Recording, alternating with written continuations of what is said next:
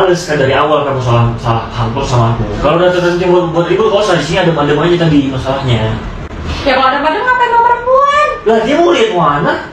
Mau lihat anak kita kenapa emangnya? Sama lu yang enggak lah. Lalu udah kemana? Kamu bilang Ustaz, kamu bilang aku nya nggak tahu kamu ini berapa. Berarti kan Persoalan rumah tangga Ria Ricis dan Teuku Ryan masih terus menjadi perbincangan publik, penyebab keretakan rumah tangga keduanya juga masih menjadi tanda tanya.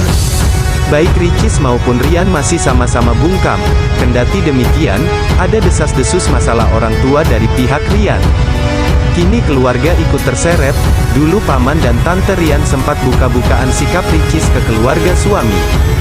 Kalau mengomentari Ria, yang jelas antara di depan layar dengan secara pribadi beda sekali, ungkap paman Teuku Ryan di kanal YouTube Ria Ricis. Perbedaan sifat Ricis di depan dan belakang kamera juga diungkapkan oleh tante Teuku Ryan. Saya lihat orangnya baik, sopan, Ria kalau ngobrol sama kita seperti ini, gak seperti yang kita lihat di YouTube dia, ucap sang tante. Diketahui bahwa Ria Ricis resmi melayangkan gugatan cerai pada suaminya ke Pengadilan Agama Jakarta Selatan pada tanggal 30 Januari tahun 2024 melalui sistem e-court. Gugatan cerai Ria Ricis sendiri sudah dikonfirmasi langsung oleh Humas Pengadilan Agama Jakarta Selatan, Taslimah, untuk nama tersebut, sudah mendaftar di Kepaniteraan Jakarta Selatan di tanggal 30 Januari tahun 2024 sore hari.